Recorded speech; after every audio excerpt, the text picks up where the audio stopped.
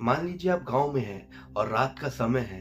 आप तालाब के किनारे बैठ के एक बीड़ी पी रहे हैं। तभी आपके पीछे से आवाज आती है, क्या मुझे भी एक बीड़ी मिलेगी? और आप पीछे घूमते हैं ये देखने के लिए कि आपको ये आवाज दी किसने है। और आप ये देख के बहुत ही ज्यादा डर जाते हैं, क्योंकि जो आवाज देने वाला है वो कोई इंसान नहीं है। तो आप क्या करेंगे? ऐसे ही हुआ हमारी आज की इस कहानी में, जहाँ दो दोस्त सूरज और रोहन के साथ ऐसा कुछ हो गया जिसके बाद उनकी जिंदगी नॉर्मल नहीं रही। मैं हूं अभिषेक और आप सुन रहे हैं मेरे साथ हॉरर स्टोरीज। चलिए स्टार्ट करते हैं।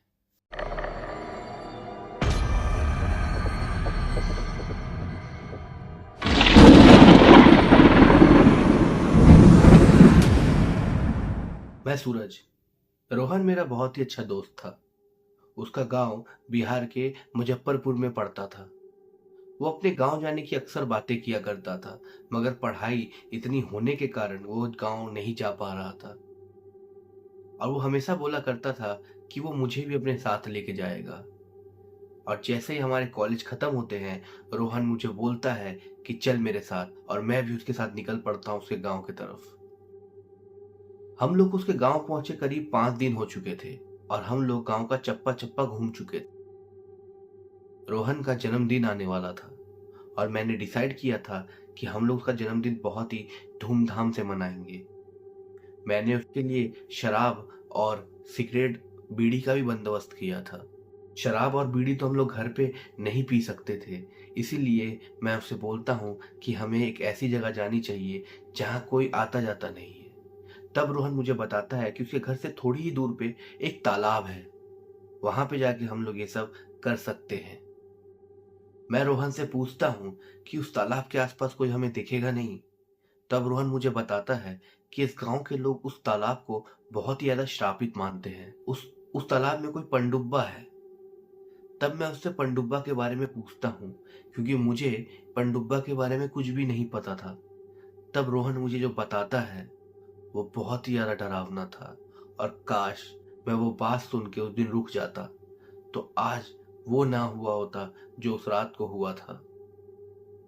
रोहन मुझे ये बताता है कि पनडुब्बा ऐसे इंसानों की आत्माएं होती है जो किसी तालाब या नदी में डूब के मरते हैं, और उनकी आत्माएं उसी तालाब और नदी में बंद हो जाती है और वो इंतजार करती है किसी ऐसे का जो रात में अकेले उस तालाब या नदी के आसपास से गुजरे, और वो उन्हें अपनी तरफ बुला के उन्हें उसी तालाब नदी में डुबा के मार देते हैं और उनकी लाशों में रेत भर के उनकी लाशों को उस तालाब और नदी के एकदम नीचे गाड़ देते हैं। ये सुन के मैं बहुत ही ज्यादा डर चुका था।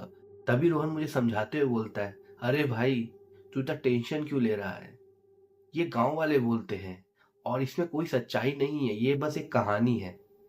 गांव वाले थोड़े पढ़े लिखे कम होते हैं, इसलिए इस कहानियों पे जल्दी विश्वास कर लेते हैं।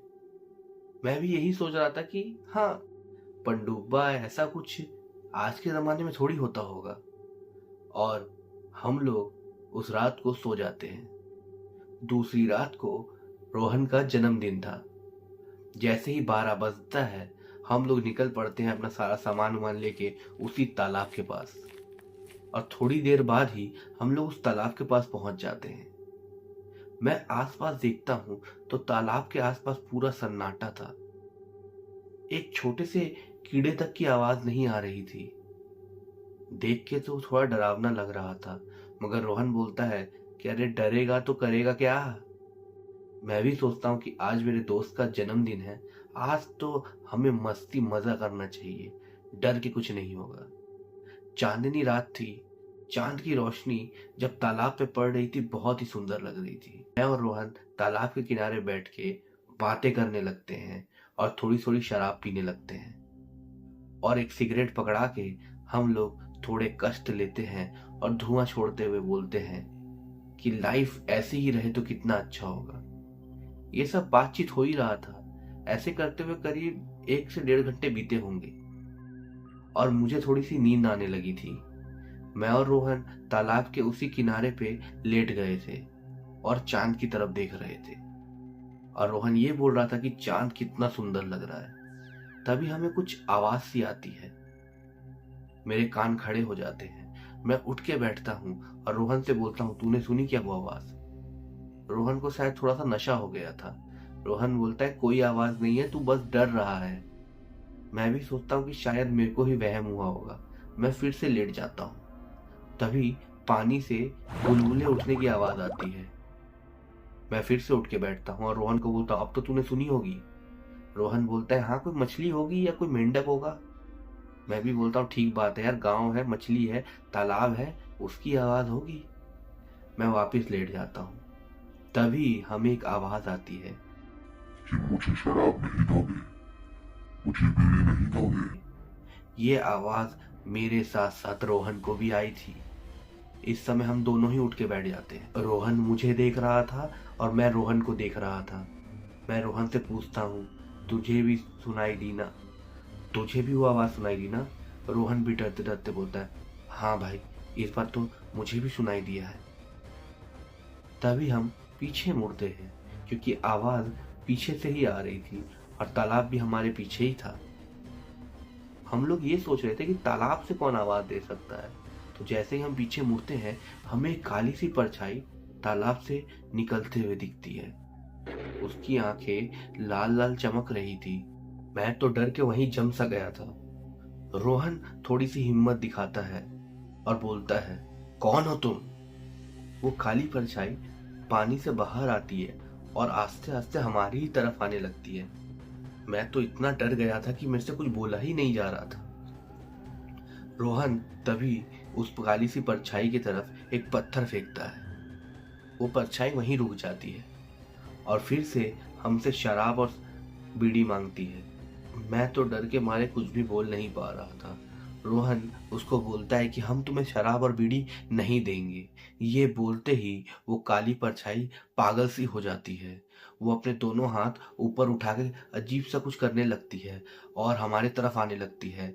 रोहन मुझे वो पकड़ के उठाता है और बोलता है, निकल यहाँ से, ये क्या है मुझे नहीं पता, मगर हमें अभी भागना हो।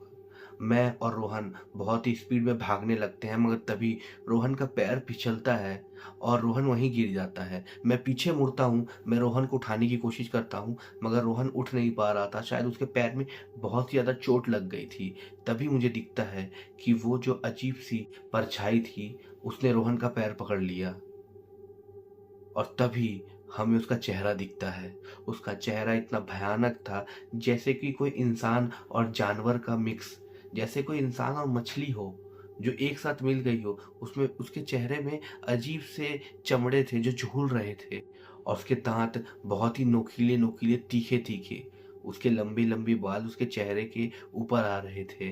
वो रोहन के पैर को पकड़ के रोहन को घसीटने लगता है। रोहन मुझे बोलता है कि सूरज तू भाग जा, ये पनडुब्बा है, पनडुब्बा असली होता है। ये बोलते बोलते वो रोहन को खींच रहा था और रोहन मुझे ये बोले जा रहा था। मैं वहीं खड़ा रह गया और खड़े खड़े पनडुब्बा को, रोहन को घसीट के पानी में ले आते हुए देखा। पानी में गिरते ही रोहन छटपटाने लगा, मगर थोड़ी देर बाद पूरा तालाब शांत हो गया, ऐसे जैसे कि वहां पे कुछ हुआ ही नहीं था। मुझे समझ में नहीं आ रहा था कि ये हुआ क्या है हमारे साथ। मैं वहीं खड़ा था कुछ देर तक। अभी मुझे होश आता है और मैं भागता हूँ रोहन के घर की तरफ और उसके मम्मी पापा को वहां पे लेके आता हूँ। उसके मम्मी पापा रोहन को बहुत ही आवाज लगाते हैं। 2-3 तैराक सुबह होते ही उस तालाब में भी रोहन को खोजने के लिए घुसते हैं। उन्हें रोहन की बस लाश ही मिलती है। वो लाश का मुंह रेत से भरा हुआ था और वो लाश इतनी भारी हो गई थी कि वो पानी के ऊपर भी नहीं आ पा रही थी। उस दिन के बाद से मुझे रात को सोने से भी डर लगता है। मैं अपनी आंखें जब भी बंद करता, मुझे रोहन का वो चिल्लाता हुआ चेहरा और पनडुब्बा का वो डरावना चेहरा दिखता है। पनडुब्बा रियल होता है, मुझे तो ये पता चल गया। सूरज उस दिन से आज तक सही से उस घटना को भूल नहीं पाए हैं। ये थी आज की कहानी। तो आपको ये कहानी कैसी लगी मुझे कमेंट में ज़रूर बताइएगा। और अगर आपके पास कुछ कहानियाँ हैं तो डिस्क्रिप्शन में मेरा नंबर है, वहाँ पे आप व्हाट्सअप कर सकते हैं मुझे। तो मैं मिलूँगा आपसे नेक्स्ट कहानी के साथ।